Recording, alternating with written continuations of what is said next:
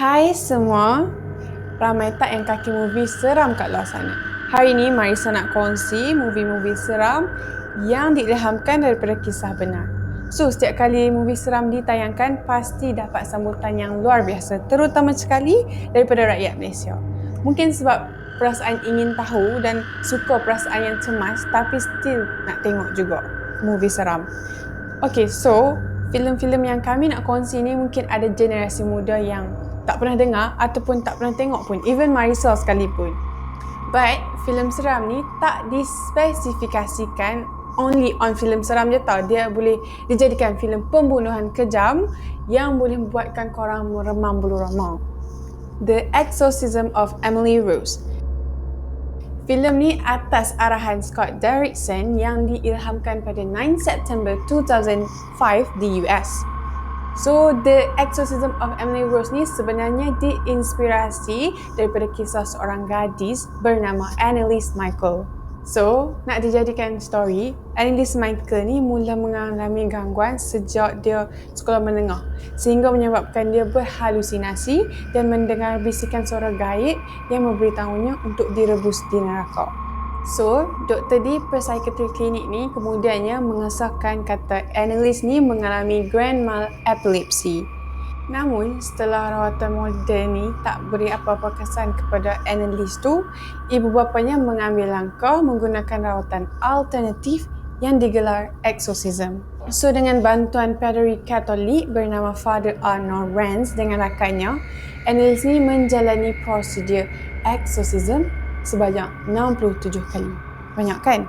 So, sepanjang prosedur berkenaan, Annalise ni menolak untuk makan sebab iblis yang duk ganggu dia tu tak bagi dia makan. Dia melakukan pelbagai perkara pelik seperti memakan lalat, memakan laba-laba, minum air kencingnya sendiri, menyalak seperti anjing dan juga menjerit berjam-jam sekaligus memusnahkan mana-mana tanda salib ataupun barang-barang ataupun benda-benda keagamaan yang lain. Menurut padri berkenaan, Annalise ni menunjukkan tanda-tanda dia dirasuk lebih daripada satu makhluk halus yang berjaya dikenal pasti sebagai Lucifer, Lucas Iscariot, Nero, Chain and Fleshman. So, pada usia 19 tahun, setelah melalui terlalu banyak prosedur exorcism, Annalise ni disahkan mempunyai penyakit radang paru-paru and then meninggal dunia. So, after kematian Annalise ni, ibu bapa dan orang yang terlibat dalam membuat rawatan tu didapati bersalah sebab melakukan kecuaian dan dipenjara selama 6 months. The Conjuring. The Conjuring ni sebuah filem seram yang diarahkan oleh James Wan yang ditayangkan pada 19 Julai 2013. Filem ni memaparkan kisah sebenar yang dialami oleh keluarga Perron setelah berpindah ke rumah baru mereka di Harrisburg, Rhode Island pada tahun 1971. Setelah tak tahan diganggu oleh makhluk paranormal di rumah tu, keluarga berkenaan ni meminta pertolongan Ed dan Lorraine Warren. Mereka ni ialah penyiasat mistik dan paranormal. So, selepas disiasat, pasangan Warren ni mendapati rumah tu pernah didiami oleh seorang ahli sihir yang bernama Bathsheba yang mengorbankan anaknya sendiri kepada syaitan sebelum nyawa dia sendiri diambil. So, sekitar tahun 1971, Carolyn Perron ni yang sedang berehat di sofa waktu tu, tiba-tiba betis dia ni dicucuk sehingga berdarah. Tetapi beliau melihat keadaan sekeliling tu, tiada benda yang mencederakannya. Selain itu, ada juga kisah menyeramkan bandar Rhode Island berlaku sebelum keluarga Perron ni berpindah ke rumah tersebut. So, beberapa kejadian ngeri yang berlaku di rumah tu seperti bunuh diri, diracun, dilemaskan, dibekukan sehingga mati, kes rogol dan pembunuhan kanak-kanak perempuan yang berusia 11 tahun. So, berdasarkan pengalaman mereka sendiri, mereka sering terhidur bau busuk, tempat tidur yang terapung, terdengar bunyi orang bercakap di bilik sebelah lain seperti pintu bilik tertutup dan terbuka sendiri. So, pasangan Ed dan Lorraine Warren ni kemudian mencadangkan keluarga Perron ni untuk melakukan ritual pengusiran syaitan dari rumah berkenaan. Sehingga kini, kediaman itu masih lagi berdiri teguh dan sudah didiami oleh keluarga lain. Bagaimanapun, pasangan yang tinggal di situ mendakwa mereka juga diganggu makhluk paranormal lain yang mendiami rumah berkenaan. Tiada penjelasan saintifik yang boleh menyatakan kejadian paranormal ini. Aval. Filem Tamil juga tidak kurang hebatnya, terutamanya sekali filem yang bergenre seram. Filem Aval yang diadaptasi daripada kisah benar juga mendapat perhatian peminat filem seram. So, filem ni mengisahkan tentang Dr. Krishna, seorang pakar bedah otak dan juga isteri dia, Lakshmi, yang tinggal dengan damai di rumah mereka yang indah di bawah pergunungan. Kehidupan sempurna mereka bersama ni kini terganggu sebab ada keluarga baru yang berpindah di sebelah rumah mereka. So, watak Jennifer iaitu jiran Krishna dan Lakshmi ni seorang remaja yang bermasalah yang kehilangan ibunya waktu usia yang muda. So, budak remaja perempuan ni dia berubah menjadi pemberontak dan tinggal bersama ibu tiri dan kakak tirinya. So, sifat memberontak Jennifer ni membuatkan dia ni menjadi seorang remaja yang liar. Pada suatu hari itu, masa dia nak keluar dari rumah, dia telah mengambil beberapa barang orang mati dan sejak itulah berlaku beberapa kejadian paranormal. Okey, jadi sifat memberontak Jennifer ni menjadikannya seorang remaja yang liar. So, pada satu hari itu, ketika dia menyelinap keluar daripada rumah, dia telah mengambil beberapa barang orang mati. Dan sejak itulah berlakunya beberapa kejadian paranormal. So, kejadian paranormal ni bukan saja efek mereka tapi juga efek kediaman Dr. Krishna dan isterinya terkena tempias juga. So, dipercayai rumah baru Jennifer tu dihantui oleh roh kuno yang hauskan darah. Aval ni bukan sahaja tentang penceritaan manusia konvensional versus syaitan, tapi dia juga memiliki sudut semangat baik versus roh jahat. The Amityville Horror. Filem arahan dari Andrew Douglas yang diterbitkan pada 15 April 2005 di US menampilkan banyak pelakon-pelakon terkenal seperti Ryan Reynolds, Melissa George, Chloe Grace Moretz and Philip Baker Hall. Seperti filem-filem lain di dalam senarai ini, The Amityville Horror ni juga diinspirasikan daripada kisah benar yang dialami oleh sepasang suami isteri iaitu George dan Kathleen yang telah berpindah ke rumah baru di 112 Ocean Avenue, Amityville, New York bersama anak-anak mereka. Suatu malam tu, anak sulung pasangan itu dikenali sebagai Ronald Jr. pergi ke sebuah bar dan telah menjerit memberitahu bahawa kedua parents dia ni telah mati ditembak.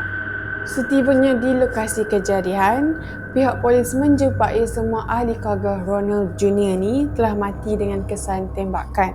Siasatan lanjut kemudiannya mendedahkan Ronald Jeffrey Jr. ni mempunyai sepucuk pistol yang sepadan dengan peluru yang dijumpai pada badan mangsa. Pada 21 November 1975, Ronald Jr. ni dihukum penjara seumur hidup atas kesalahan membunuh kesemua ahli keluarganya. Tak sangkakan dia sendiri yang bunuh ahli keluarga dia. Sehingga kini, motif kejadian masih tidak diketahui, tetapi Ronald Jr. ni mendakwa ada suara gaib yang menyuruhnya berbuat demikian. Ternyata, rumah tersebut adalah rumah bekas Robert DiGio, seorang lelaki yang membunuh seluruh ahli keluarganya dengan kapal. The Ghost Bride. Korang pernah dengar tak? Perkahwinan di antara manusia dan juga makhluk halus. Macam pelik, menurut Yang Ze, kisahnya mula mendapat perhatiannya apabila dia terbaca satu artikel yang disiarkan di akhbar. Boleh hairan dengan perkahwinan tu, tetapi at the same time, Yang Ze ni tertarik dengan perbezaan kehidupan alam manusia dan juga alam mistik. Malah, Yang Ze ni semakin mempercayai kebenaran perkahwinan mistik apabila salah seorang sahabatnya pernah menceritakan mengenai bapa saudaranya yang berkahwin dengan mayat yang telah mati. Upacara perkahwinan tu dijalankan mengikut ritual sebenar dan melibatkan makanan, kostum dan juga hiasan pengantin. Subuh mula daripada kisah ni, Yang Zeni mula menulis mengenai novel The Ghost Bride. Budaya perkahwinan mistik antara manusia dan makhluk halus ni sebenarnya dah lama diamalkan oleh pelbagai kaum dan juga budaya yang berbeza. Di negara Perancis, perkahwinan antara manusia dan makhluk halus ni dah bermula seawal tahun 1959 lagi. Malah, di utara Sudan sendiri mempunyai upacara perkahwinan mistik mereka yang tersendiri. Terdapat juga urau-urau yang mengatakan perkahwinan ni telah pun dijalankan di daerah Shanxi, utara China.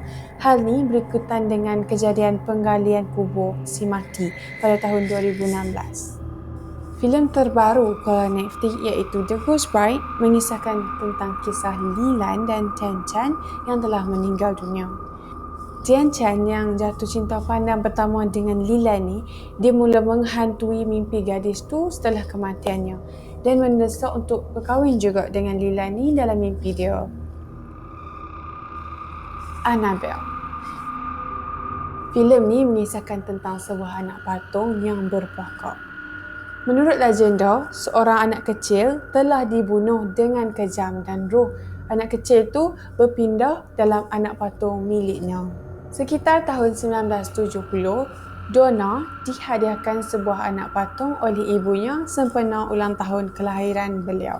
Pada mulanya, Donna dan rakan sebiliknya tidak tahu pasal anak patung tersebut sampailah anak patung tu bergerak dengan sendiri.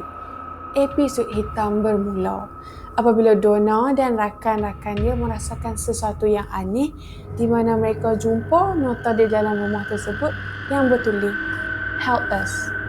Selain itu, Donna juga pernah ternampak darah di tangan dan di dada anak patung tersebut mengalir keluar.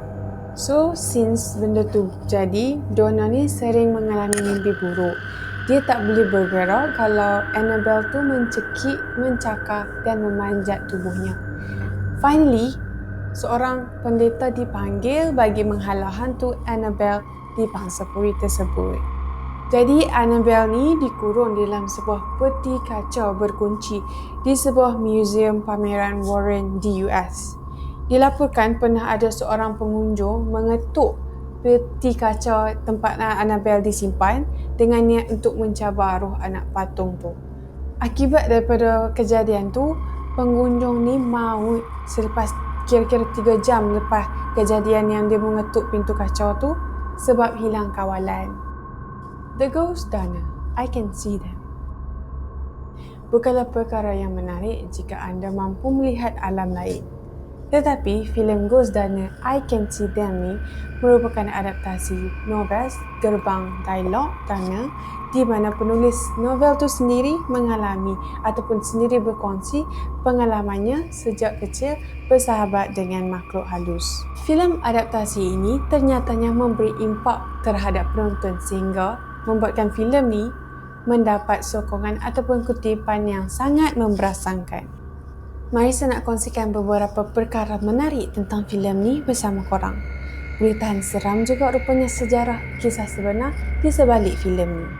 Watak Risa Sarawati dalam filem ini adalah nama asal penulis novel dan menurutnya lagu Boneka Abdi yang dinyanyikan adalah untuk memanggil rakan-rakan makhluk halus.